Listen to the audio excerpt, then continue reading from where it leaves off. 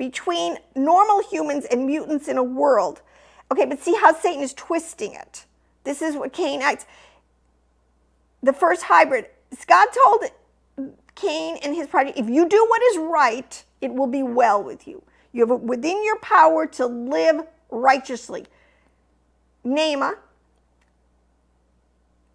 Noah's third wife, went and lived in the city of Shem with Noah and Abraham. That's the point. She became a righteous woman, or actually before, that's why she was allowed to marry Noah. She chose to live righteously despite the deck she'd been dealt, so to speak.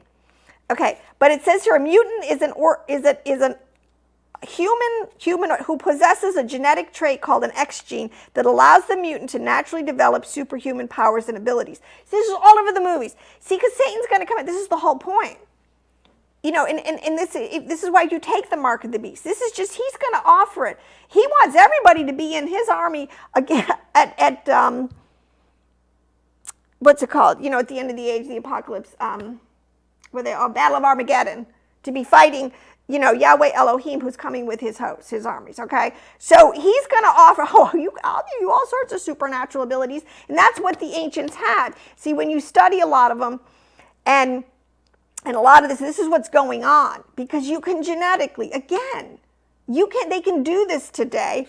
You can genetically alter DNAs to slip into it anything you want. This is the level of sophistication. This is why Enoch, it says God had to destroy the whole, well, because they had re-engineered biologically the whole creation. It says animals, humans, and plants.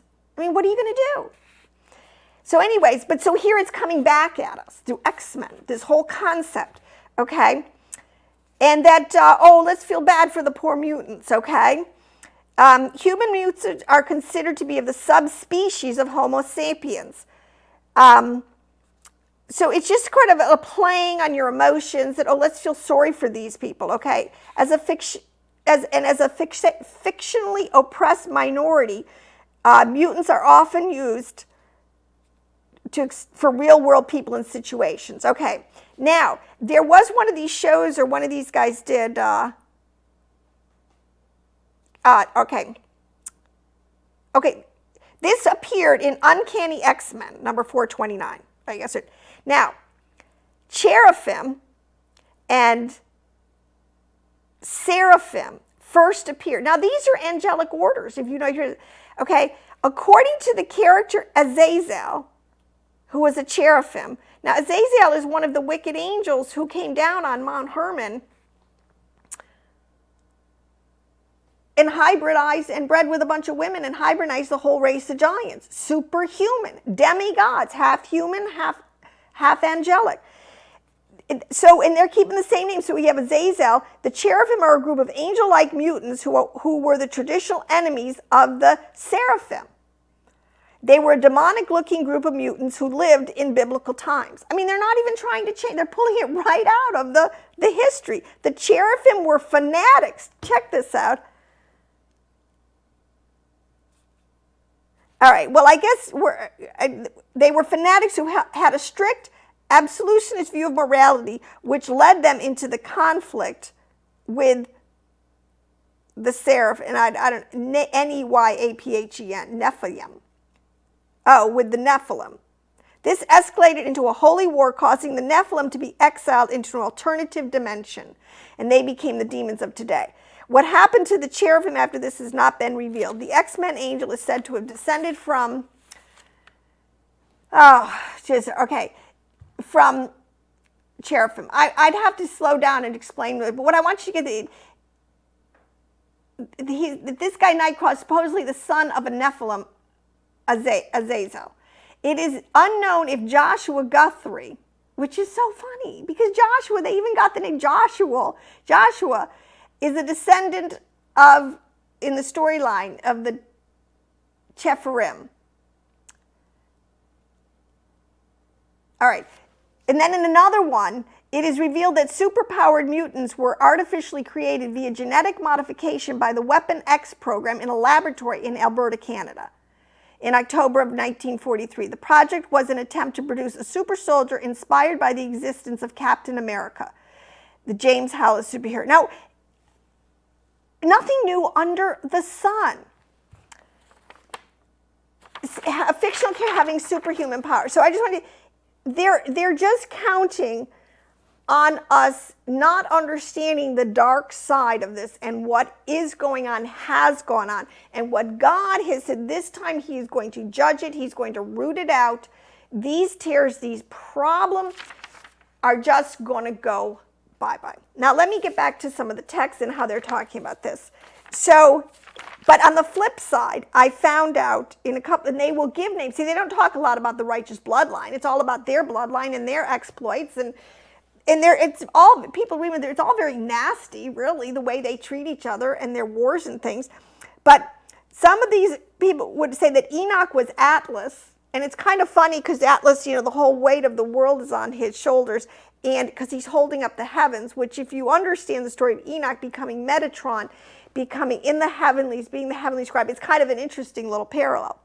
But the one I want to go into also is the father, as they call it, the father of Ham, and then I got to end with Nimrod. But let me put this quickly, that Noah seems to have been called Uranus,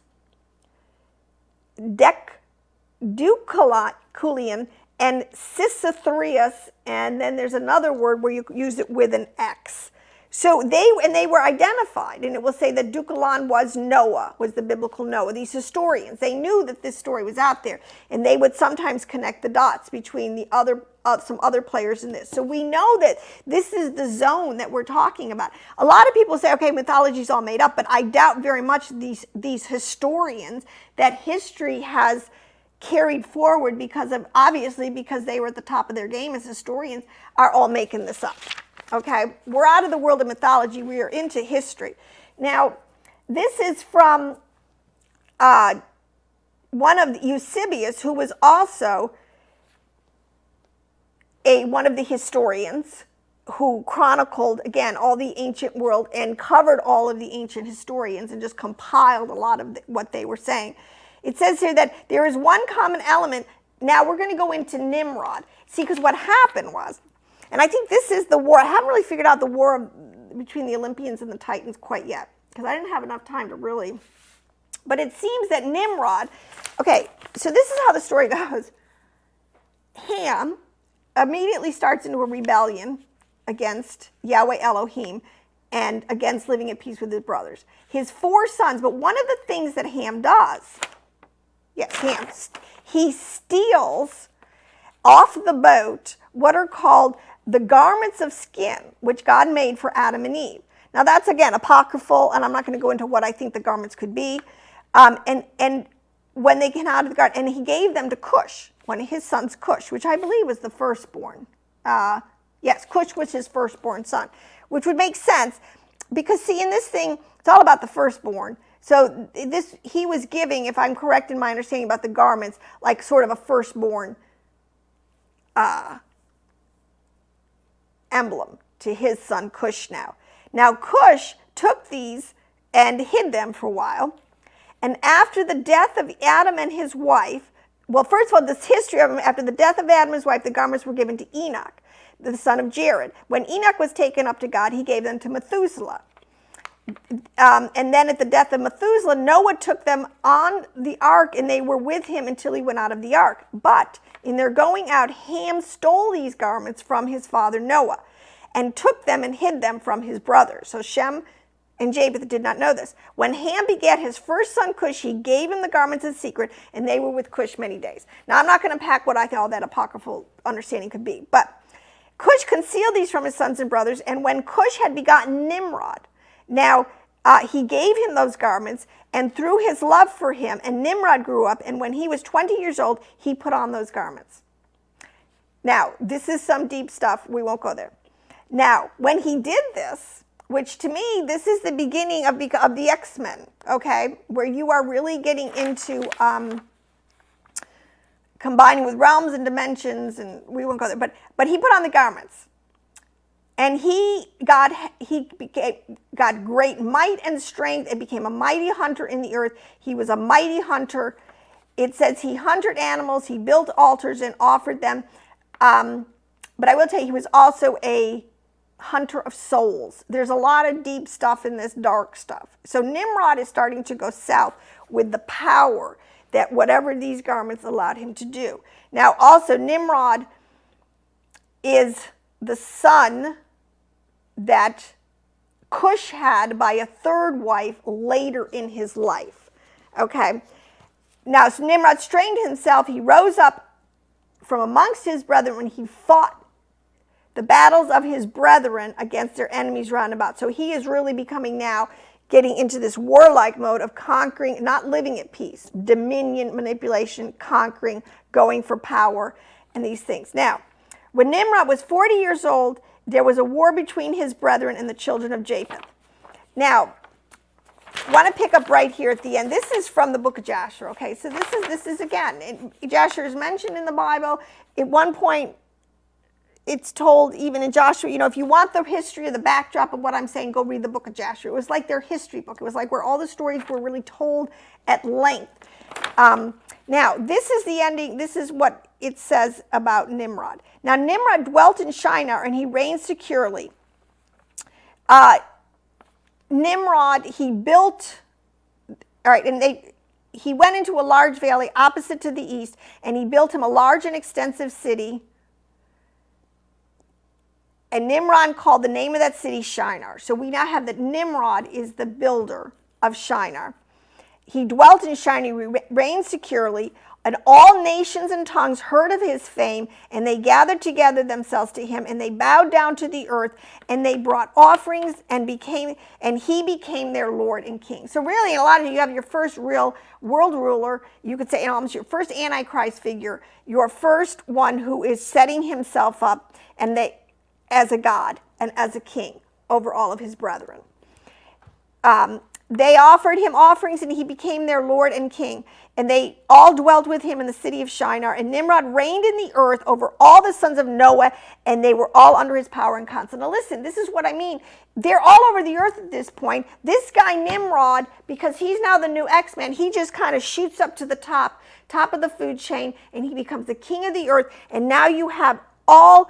It says here, reigned on all the sons of Noah were subdued and under his power and counsel. That's why a lot of people say, and all the earth was of one tongue and words of union, but Nimrod did not go in the way of the Lord. And he was more wicked than all the men who were before him from the days of the flood until those days. And he made gods of wood and stone, and he bowed down to them, and he rebelled against the Lord, and taught all his subjects and the people of the earth his wicked ways. And Mardon, his son, was more wicked than him. And Mardon, I'm sure, is Marduk, one of the gods of the Bible. Now, this is the thing we have, when he made gods of wood and stone, this is where we just have to really, the deeper levels that I'm beginning to teach on, which I can't do tonight, they're just not carving little figures to put up on a shelf and say, oh, that's, no. This is what's called artifice, or as craftsmen, this is where they are literally making fit extensions again in which to insert demonic entities. I mean, this is why we're going into some really dark stuff. But about Nimrod. So this is what is coming out about Nimrod. There is one common element to Nimrod, Marduk. Now that's him and his son. And there was a big proverb, and I don't know if it said in here, it says like father, like son. That's where they say that's where that began, this whole concept. So there is one common element to Nimrod Marduk in all his manifestations, and it is the symbol of the snake, serpent, dragon. Nimrod took the dragon as his personal emblem, so that from him spring various dragon myths and their special associations with apocalyptic events, striking the only favor. Okay, the thread of serpent lore is evident in all of Marduk's guises, regardless of nation, pantheon, or role. Anybody who has any biblical understanding, this serpent, the snake, the dragon, that's all Hasatan. That's him, the serpent is the Nakash that was in the garden with Eve. This is all of he is definitely telling his allegiance. He is a Cainite. That is his God. That's where he's his strength, getting his strength and his come. Poseidon, okay, let me just is okay, and also is related to the sea serpent, the Leviathan. I can't go into that. Okay. All right.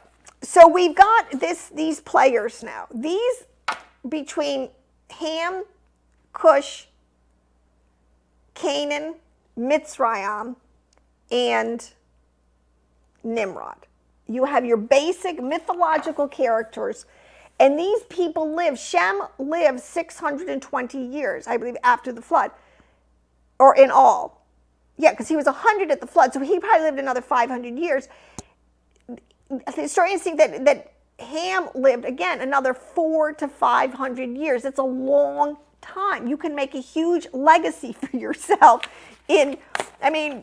we get proud after 60 years, 70 years, if we can have a decent legacy. Imagine if you had 500, or if you had 1,000 before the flood, or you had 500 or 600 years afterwards to make a legacy. I think people might remember this. Now, I have to give you a couple more of these quotes of some of these kings. Now, so we said Ham, okay, a couple other, now this is the other one that was interesting, because it said that the father of Ham was Onius, or how I say it, Uranus, okay, not to be confused with Uranus, the pre-god. Anyways, let me not go there.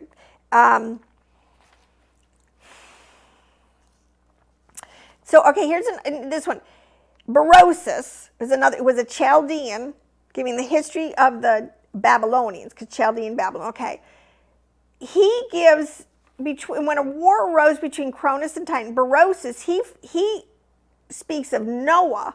He calls him Noah, and he says he's the 9th person, probably represented as kings preceding Noah, who is again introduced under the name of Ixthrus. Xisuthrus.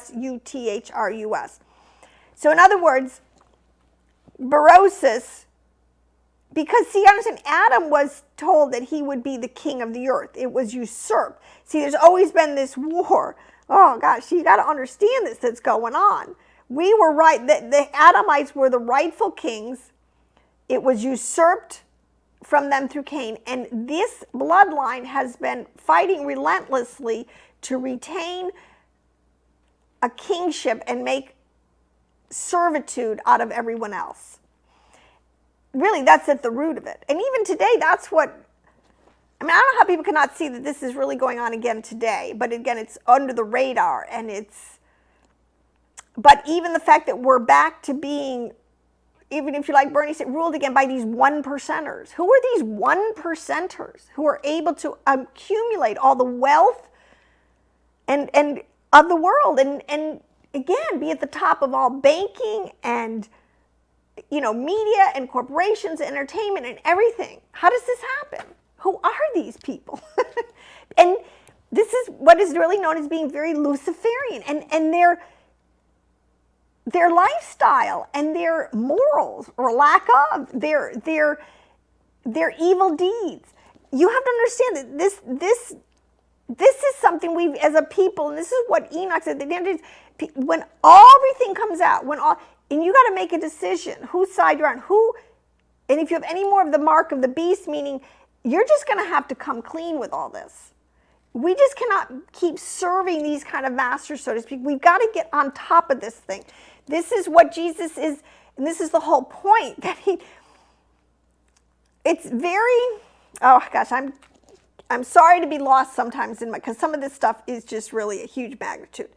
So let's just stick to the text. Let's just stick to what I said, which the ancient historians.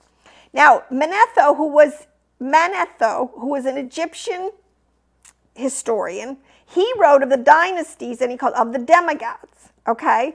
And he says that the first of the Egyptian kings was this guy, Hephaestus, or another name, I think it's from as Vulcan. And he reigned 724 years. Now, who is this guy that reigns for 724 years? And then after him, the second after him, his son, the son of Hepatitis, who is Helios, who is the sun god. Now we're into Egypt, the sun god.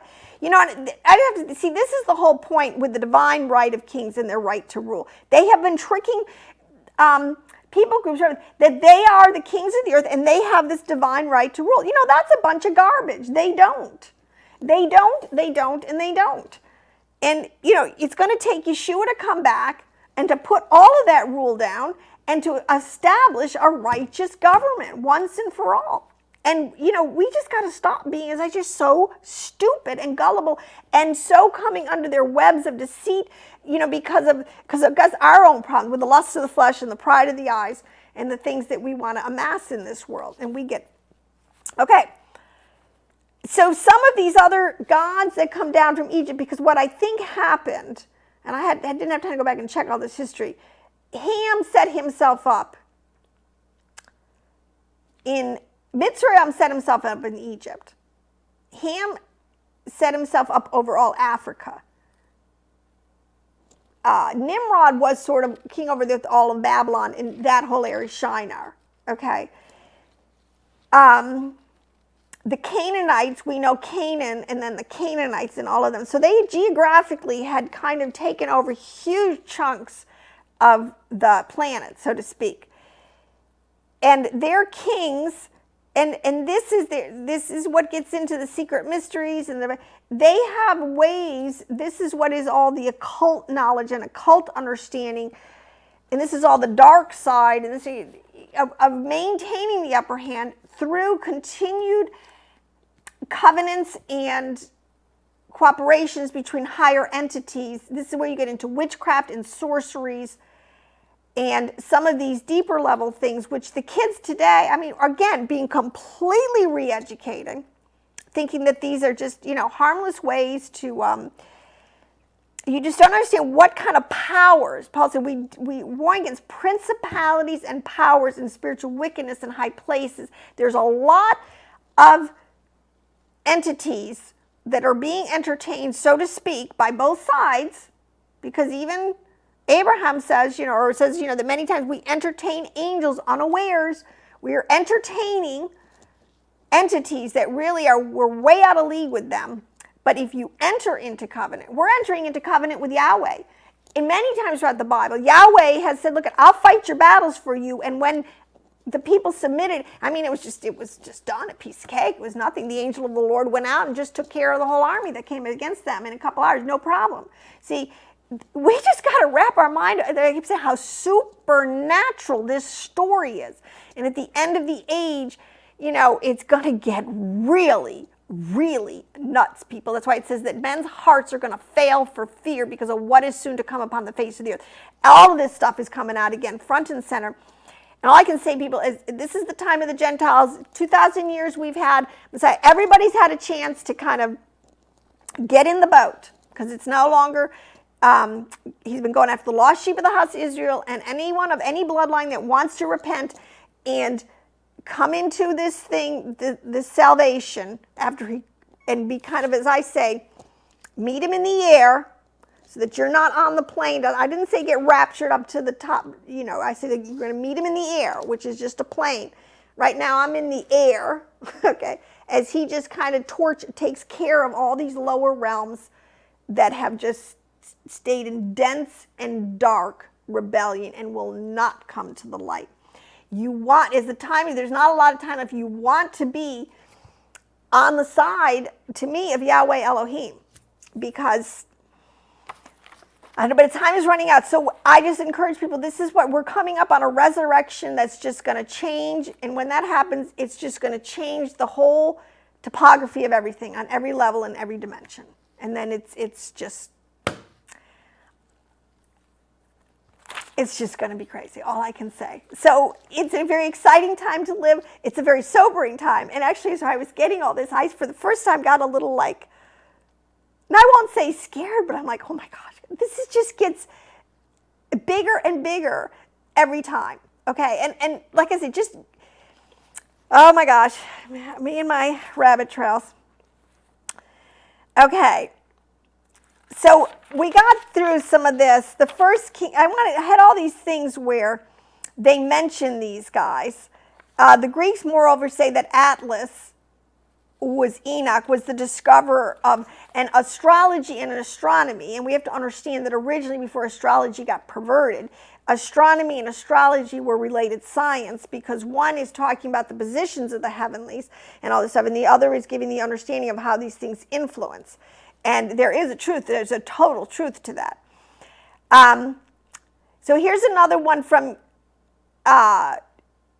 another book that says that Thales makes mention of Belus, who is the king of the Assyrians, which is Ham, and Cronus, and Titan, and says that Belus made war with the Titans against Zeus and Jupiter. So we just had to figure, and I didn't really know who all these players are. Jupiter they call Belus, and Hercules they call I don't think I got that one right.